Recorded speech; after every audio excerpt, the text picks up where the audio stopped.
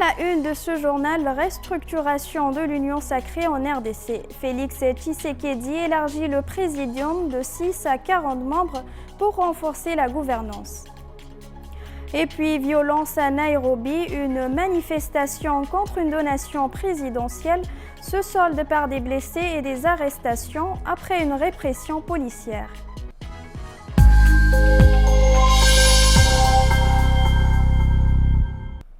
Chers téléspectateurs, bonsoir et bienvenue à cette nouvelle édition du Journal international.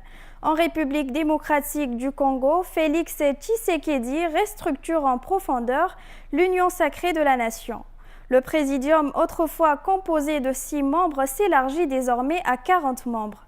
Une décision officialisée samedi 8 mars par André Mbata, secrétaire permanent de la plateforme. Pour le chef de l'État, cet élargissement de l'Union sacrée est aussi un pari stratégique. À travers celui-ci, Félix Tshisekedi cherche à renforcer son assise dans un contexte politico-sécuritaire tendu. Pourquoi ce changement maintenant ? Quels sont les enjeux ? Rappelons que l'Union sacrée, créée en 2020 pour assurer la réélection de Félix Tshisekedi et lui garantir une majorité confortable, a toujours eu de mal à se structurer. Son présidium, limité à 6 membres, a alimenté des frustrations, d'autant plus que certains poids lourds ont perdu en influence, notamment après les élections en République démocratique du Congo. Le 22 février, Félix Tshisekedi lui-même a critiqué le manque d'engagement de certains alliés, notamment face à l'appel à la mobilisation contre l'AFC. À l'inverse, il a salué l'implication de figures comme Jean-Pierre Bemba et Guy Loando. Une refonte du présidium a donc ainsi été décidée. L'Union sacrée passe de 6 à 40 membres, intégrant d'autres chefs de regroupement politique. Selon un proche du président congolais, l'idée est que le présidium soit composé de chefs de regroupement politique comptant chacun au moins 10 députés nationaux. L'objectif est double.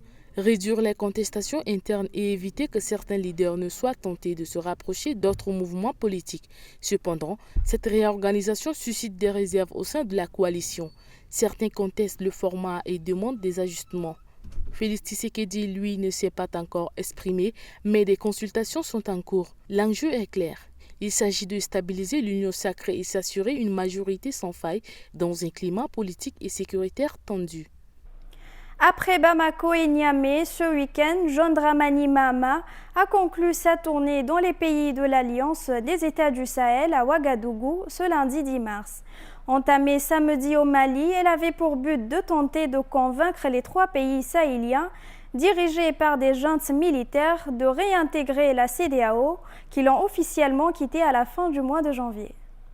Le président ghanéen John Dramani Mahama a entamé une tournée régionale visant à convaincre les 3 États de l'Alliance des États du Sahel, Mali, Niger et Burkina Faso, de réintégrer la CEDEAO.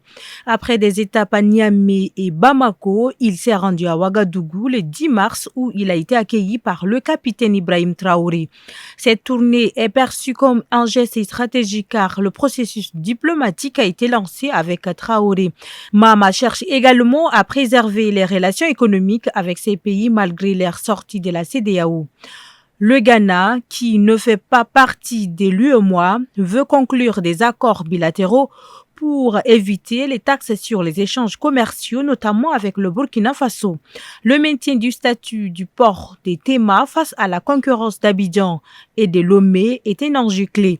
Des mesures concrètes sont envisagées comme un vol quotidien Accra-Ouagadougou et un gazoduc entre le Ghana et le Burkina Faso.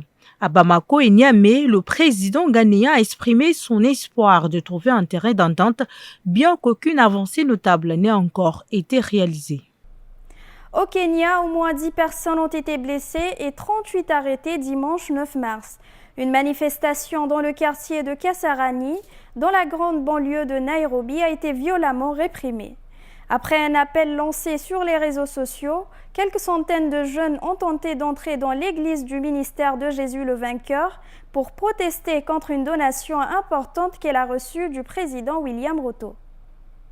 Une somme de 20 millions de shillings kenyans, soit plus de 140 000 €. C'est le don de William Ruto à l'église du ministère de Jésus le Vainqueur pour construire son extension. Une somme astronomique alors que nos écoles et nos hôpitaux ne fonctionnent pas, a confié lundi 10 mars Patrick Camo, l'un des participants à la manifestation de la veille. La confrontation avec les forces de l'ordre a duré plusieurs heures dimanche à Kasarani, dans la grande banlieue de Nairobi.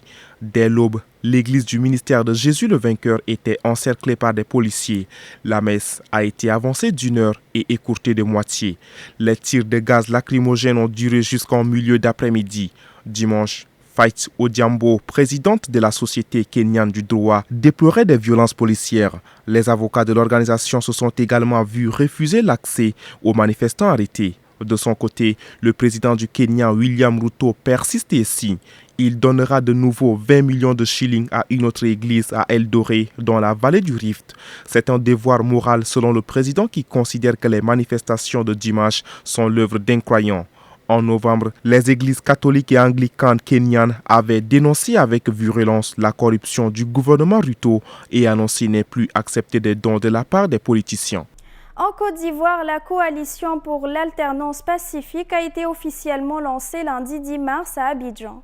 Cette coalition regroupe 25 partis politiques dont le PDCI de Tidjane Thiam, le COJEP de Charles Blé Goudé ou encore le FPI de Pascal Afine-Guessane. Cette coalition de l'opposition vise à obtenir des réformes électorales et un dialogue politique. Cette coalition se présente comme un cadre non idéologique de concertation et d'échange dont les principaux objectifs sont ceux d'obtenir un dialogue politique et des réformes électorales. En effet, selon cette coalition, les conditions pour une élection présidentielle apaisée en Côte d'Ivoire ne sont pour l'instant pas réunies. Ces derniers mois, les membres de cette plateforme ont adressé 2 lettres au chef de l'État, Alassane Ouattara, en vain. Les partis politiques dans l'opposition maintiennent, pour préserver les Ivoiriens des désirs et tentatives scélérates de violence, leur appel au dialogue national en vue de pacifier les esprits et conjurer le sort des violences électorales, a déclaré Simone Yvette Bagbo, porte-parole de cette coalition. Pour éviter des tensions au cours de la présidentielle, le scrutin doit être inclusif, estime cette plateforme. Nous sommes déterminés à tout mettre en œuvre pour que la paix règne en Côte d'Ivoire, pour que nous ayons des élections inclusives, c'est-à-dire des élections auxquelles tous ceux qui souhaitent être candidats puissent être candidats et qu'on laisse enfin les Ivoiriens décider librement de qui doit les gérer,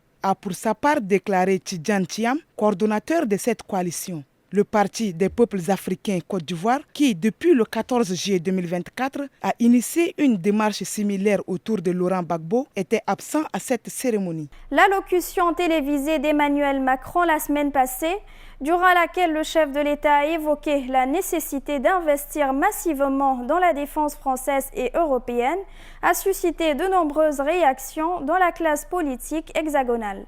Le débat fait notamment rage sur la manière de financer ces dépenses exceptionnelles. Sacrifier nos services publics et notre protection sociale sur l'autel de l'augmentation des dépenses militaires, c'est non merci, c'est cru du cœur. Et signé de l'eurodéputée insoumise Maman Aubry, LFI et la gauche en général qui voient d'un très mauvais œil les propositions émises depuis quelques jours par l'aile libérale du camp présidentiel. En première ligne, l'ancien ministre de l'économie Antoine Armand, pour qu'il n'existe qu'un seul choix, couper dans la dépense publique, avec en jeu une diminution du nombre de fonctionnaires, l'augmentation des heures de travail des enseignants, voire à nouveau un report de l'âge de départ à la retraite, absurde pour Olivier Faure, le patron du Parti socialiste, met en garde contre l'opposition entre le financement des hôpitaux et celui des canons. Imposer une cure d'austérité, ce serait selon lui pousser les Français vers le populisme défendu par Marine Le Pen ou Donald Trump de l'autre côté de l'Atlantique. Une faute morale, ajoute David Corman.